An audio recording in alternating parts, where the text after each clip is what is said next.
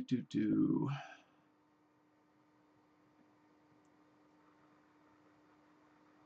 See, Edu was the planet they crashed on.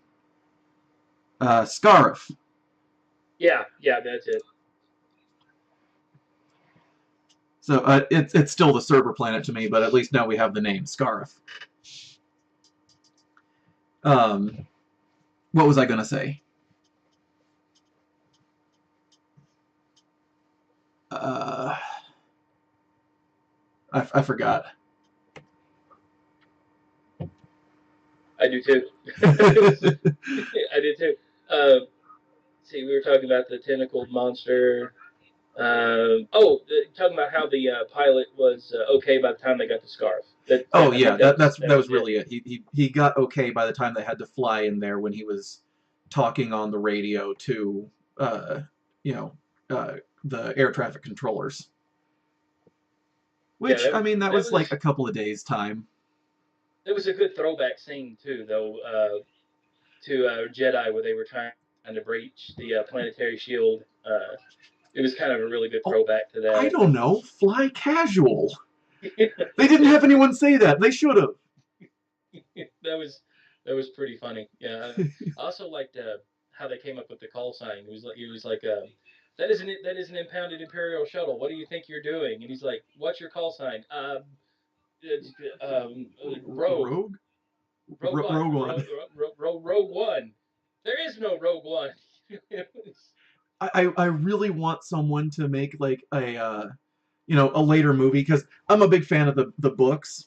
Even though they're non-canon now, I kind of want someone to draw back on that for like maybe the next non-ordinal movie, whatever it's about. I want them to actually establish the Rogue Squadron and Mm-hmm. just kind of have it draw off of that. Like, It is kind of neat. I don't know if they did it on purpose.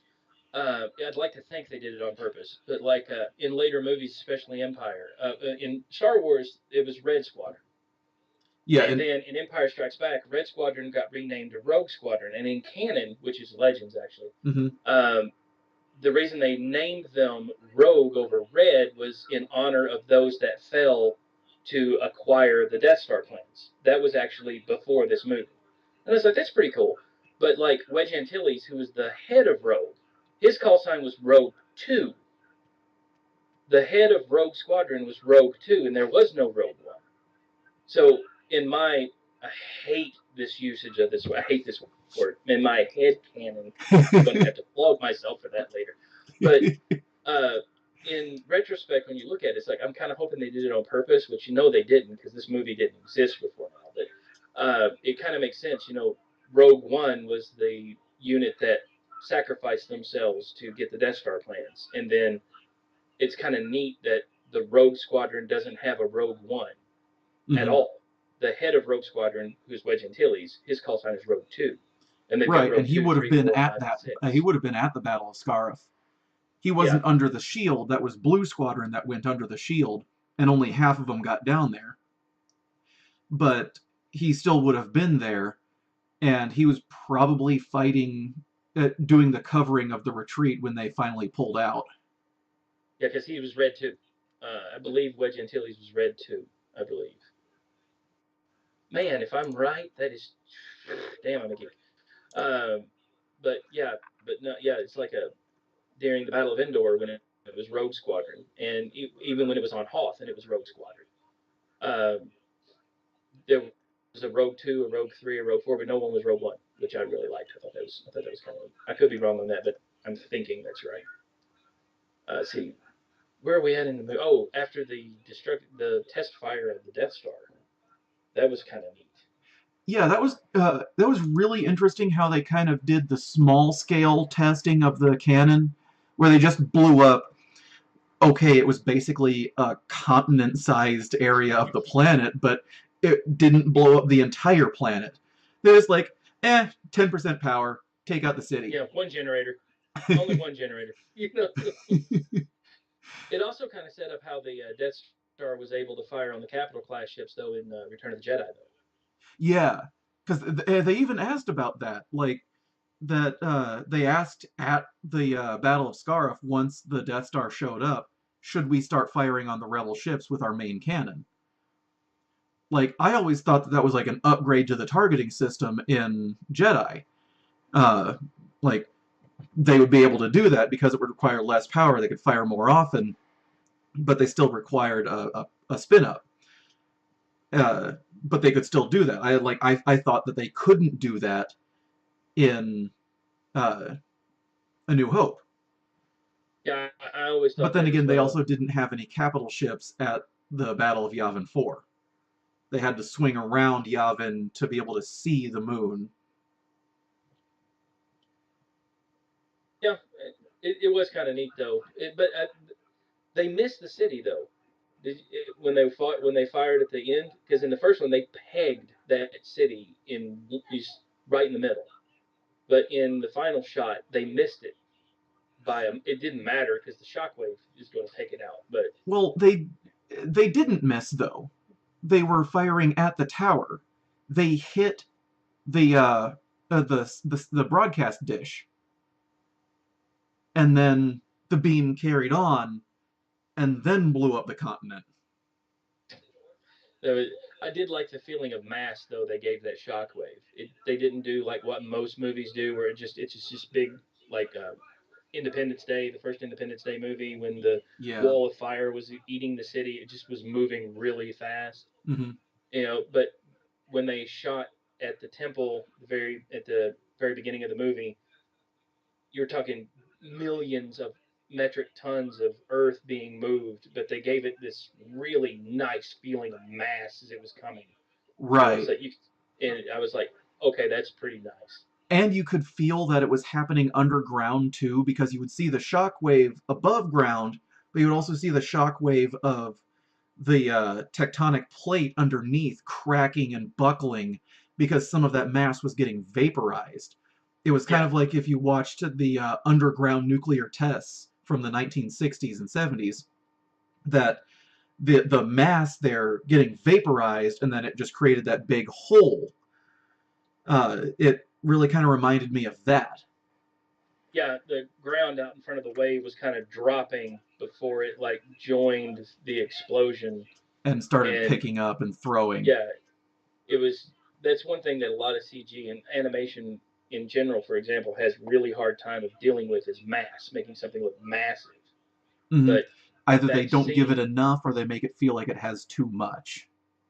but like you said, they were destroying like half a continent, and it felt right. I mean, no one's really going to know what an explosion that big looks like. I mean, we we can't Not for another couple thousand years, hopefully. easily, but that's what I would. This is going to sound morbid, but that's what I think. That's what I would like to think it looks like.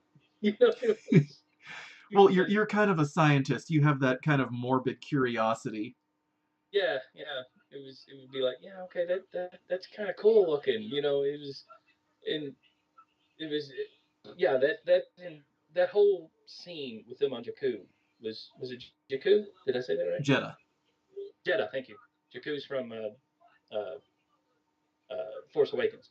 Uh, the scene on Jeddah, that whole thing on Jeddah, just for setting up the world for someone who had never seen Star Wars before. It's like that whole thing on Jeddah. It's like, okay, you understand now what the Empire is about. Here it is. It's oppression. And so, like, if I had a friend of mine, actually, this is weird though. Weird me saying this. If I had a friend of mine who had never seen Star Wars, I would probably show him Rogue One first.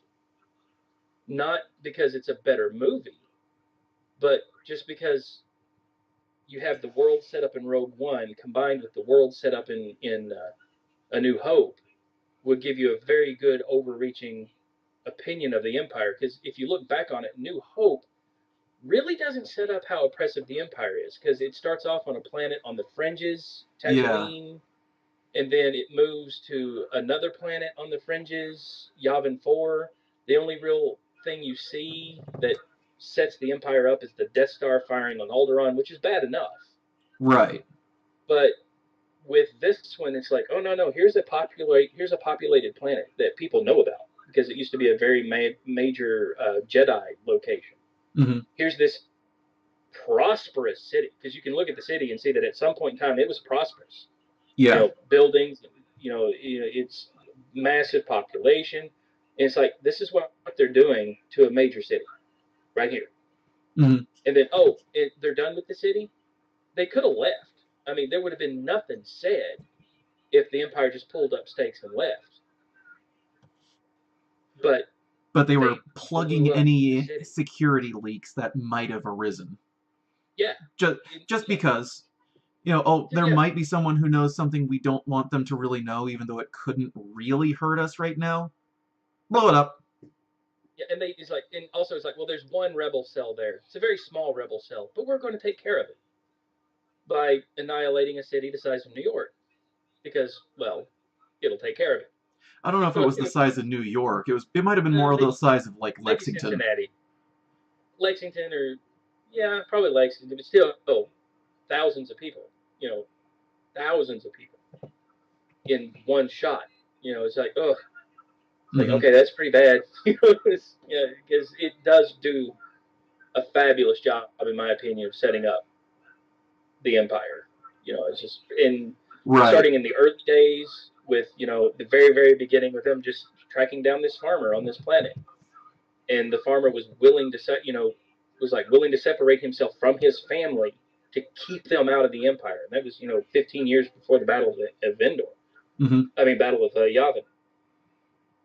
Set it up from the beginning of the Empire. Then, of course, the flash forward. It's like, here's the height of the Empire and just how oppressive it is. And I was just like, that's pretty good. I like that.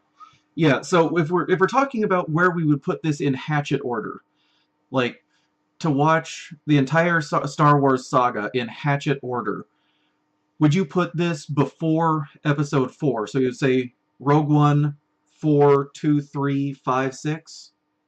Yeah, I'd probably watch them. I'd probably watch them chronologically, not release order. If I was going to introduce Star Wars to a new group of people, especially younger, and I don't mean any disrespect to younger people, but it's like this movie is an action film.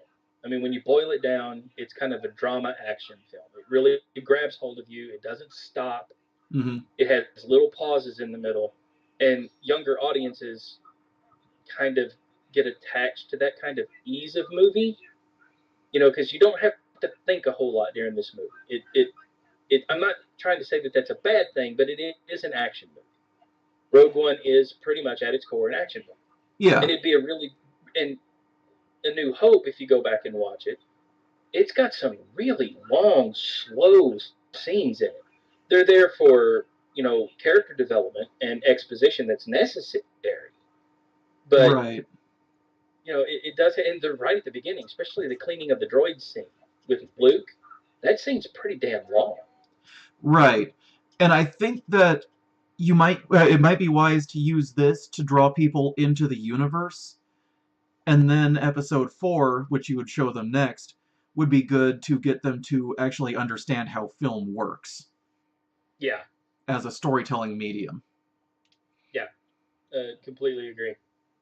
So yeah, as far as viewing movies, I would want someone to watch Rogue One first, then 4, 5, and 6, and that's it.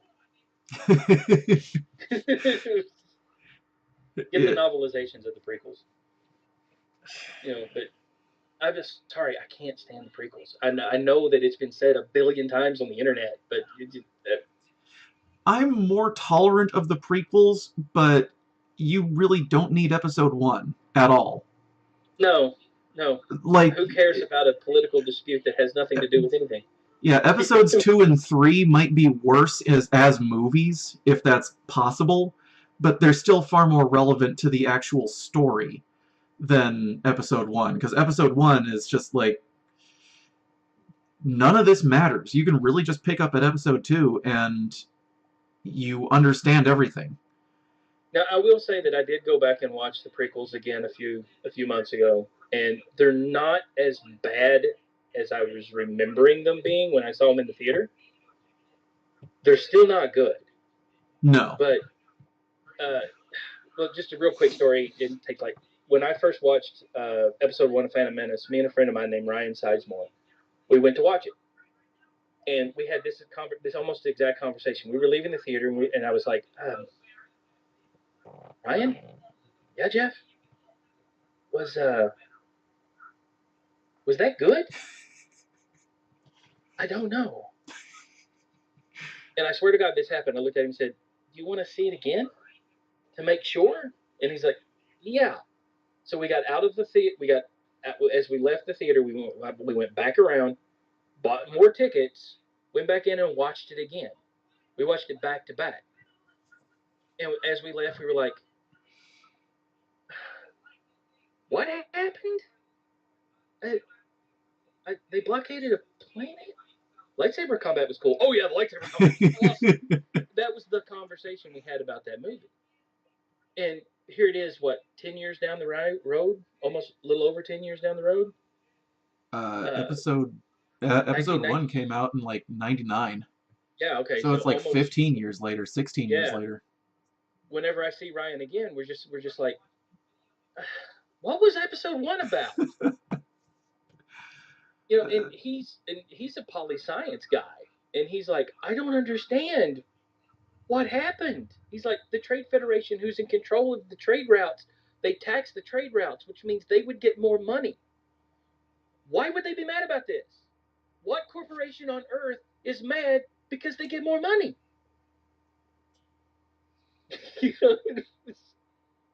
It's like the I Senate don't came to them know. and was like, we're taxing the trade lanes so we can have more money available for your trade. No, we don't want more money. We want to do it for free.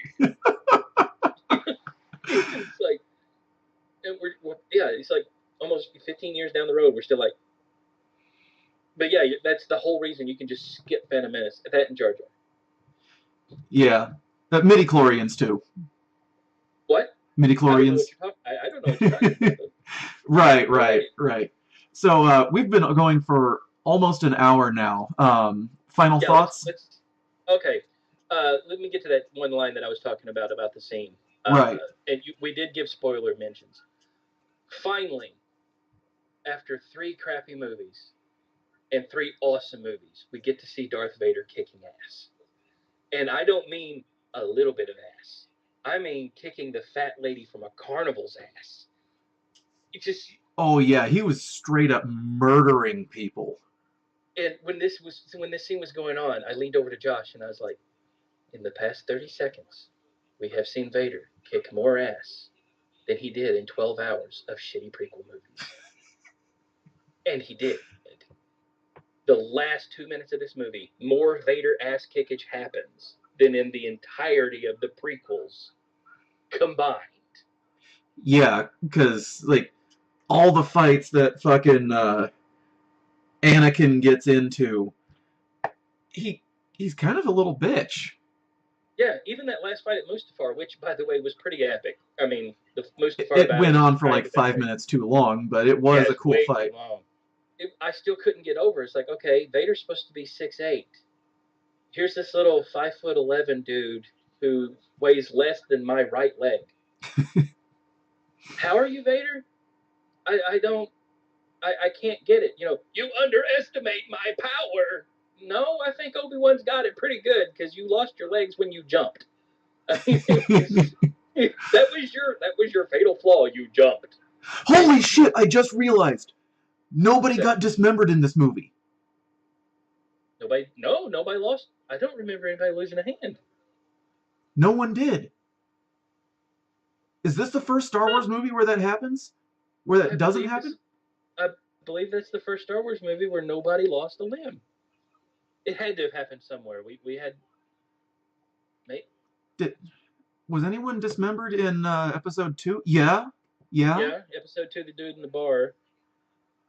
Um, and also Anakin lost his arm in episode 2, and then in episode 3, Anakin lost his legs and his other arm. I believe this is the first time someone didn't lose a limb. Did someone get something chopped off in episode 7? Force Awakens. Was it another rando who got his arm cut off? Yeah, I think it was just a random person in episode 7. So yeah, this is the first Star Wars movie where no one loses limbs or anything. That's the end of a massive era. That's almost a 40-year-long streak. Yeah. It had to have happened somewhere in the background, and we missed it. I'm hoping anyway, because that is kind of like Well, something that I am gonna go see this again because my mother and sister weren't able to come with us. Well, my mother wasn't able, and my sister didn't want to because she didn't want to do crowds. hmm Um, but yeah, I'm gonna go take them to go see this in like a week, and I'll be Yeah, on the if we do lookout. this, if we do this again, I'll keep the tangents down. But we're talking about Star Wars, so I mean it's Yeah. going to happen. But no, my closing thoughts on it is it's an amazing film. I mean, they did a really good job with it. They paid attention to the source material. Uh, the some of the CG might have been a little over the top, like with the Tarkin, but I Mhm. mean, I thought it was good. I mean, just overall, it was pretty good. And I actually did well up in tears a little bit towards the end when all these people that you've actually come to care about in the Mhm. span of a 2 hour movie, and you're seeing them die. And it's like, wow, okay, that was intense. The only other quick critique that I had was pump action laser guns. I kind of like that. I mean, seriously, you see these guys on the beach during the final climactic battle, and they're racking their laser guns like shotguns. I'm like, okay, if you're doing that to seat a new power cell, okay, but it's like they're going pew pew, and then the big bodyguard who had the massive fucking gun. I loved him. I loved his gun because he just started mowing bitches down. And he was using it as a sniper too. There was that scene when when they were defending the landing pad, and he was like at the ravine over like away. He was Mhm. like, like from like a quarter mile away and just laying people out with this thing. And I'm like, okay, that's pretty neat. Yeah, suppressive fire and accurate suppressive fires. But yeah, I'm a big fan of Firefly though. I like that whole sci-fi past stuff, and I'm huge into steampunk. So Yeah. I noticed that, but I was like, okay, that's kind of cool. And there was a whole lot of like Vietnam movie imagery in that last fight. Like there was the one trooper who had Yeah. cigarettes attached to his helmet. It was just like a Oh yeah, brief yeah, yeah. scene, like, but like I don't know what those were because they're not cigarettes. You never see anyone smoking in Star Wars. So what the hell were these like white cylinders that this guy strapped to his helmet? Also, did you notice some of the Rebel helmets? They had the Rebel helmet from Return of the Jedi, but Yes. some of them had helmets that looked like Vietnam era helmets. Yeah, like the You know, K-pots. yeah, they didn't look like modern helmets. They were the helmets that you see in every uh, Vietnam movie. Yeah, they were the helmets that you see on the cover of Full Metal Jacket. Yeah, yeah, I really liked that, and because an entrenched enemy. It was jungle warfare too. That last scene, I mean, it was in the Mm-hmm. jungle, and it was. I really liked it. Yeah, and The these imagery were was like actual rebel commandos. I loved how these guys moved. I love how they took cover. The Imperials, they didn't actually get much of a chance to start taking cover, it but was an ambush. yeah, it was an ambush. Like they were just started charging straight out. They were charging out of the out of the garrison in formation and just started getting mowed down. Like there wasn't a whole lot of But opportunity. then again, towards the end of the battle, though, when the Empire actually started getting its shit together, the Yeah. rebels just got tore apart. Oh I yeah, mean, yeah. Especially once the black stormtroopers, I think they were called the Death Troopers or something like Death that. Troopers. Yeah, those guys moved really well. Like they were taking cover. I actually saw them in the prone position behind some blast craters. Like it was really awesome, and like that appeals to me, because I was in the Marine Corps. That's how you're supposed to move. Yeah, there was a lot of attention to detail in this movie that's been missing in movies for a long time, in Star Wars Hmm. especially. But the attention to detail, I especially in the battle scenes, I was amazing. really hope in the next few Star Wars movies they get some more really good in-depth dogfighting scenes because I really love dogfighting movies, and like I might actually go see that in 3D because in a dogfight, dimension matters. Yeah. And like, I don't usually see movies in 3D because the last time I tried a 3D TV, it gave me a headache in like 5 seconds. Well, you were mentioning that you may be needing to wrap this up. Yeah. Um, Okay. your Oh, last word. oh, my final thoughts on that. Like I said, I thought they did a really good job with the movie. They paid attention to the source material. They gave the source material a lot of love, and Disney has been really good at that lately. Like Hmm. just showing a lot of love to source material. There were a few plot holes that kind of irritated me a little bit, and some of the dialogue I thought some of the actors delivered the lines. Some of it seemed a little forced in certain scenes, especially between the main character and the intelligence guy. I cannot remember their names. Pull up my head again. Jin and Jin. Cassian. Yeah, Jin and Cassian. Some of the dialogue between them kind of felt a little forced. Like it didn't come across as natural. Sure. But But they were also like seriously distrusting each other and didn't want to talk to each other. that's true. That's true. But overall, I thought it was a pretty decent movie. Disney is doing a really good job with the franchise. They kind of have to because Star Wars fans are legion, and as they are not afraid to not buy your crap. It's like, Hmm. oh look, you did a really crappy like the prequel toy line bombed. I mean, horribly because we Yeah. were like, yeah, no, we're not buying it. But yeah, yeah, if you want to do this again, I promise next time I won't tangent. But Oh no, your it's tangents are Star. half the reason I talk to you. Oh, cool. But yeah, we're the my channel is going to be up and running here soon. It's the Laughing Goblin. Uh, don't mean Okay. to plug my thing on your thing, but I'm going to No, anyway. feel free. Feel free. Like Yeah, as soon as you're up and running, I'll be linking to you. I've only got like 9 subscribers, I think now. yeah, but if the people who have 100,000 subscribers had videos where they just said, "Well, I got 9 people, yay!" I mean, it was, but yeah, Yeah. I've got some stuff to do. I've got my family to take care of, and I will All right. like to join you for a couple of your let's plays later. Sure. Let me just do my sign off real quick. Thank you guys so much for watching. This has been my friend Jeff. When he gets his stuff up and running, I will link you all to it. And thank you so much. Like, comment, and subscribe, and I'll see you guys in the next one. Zim out.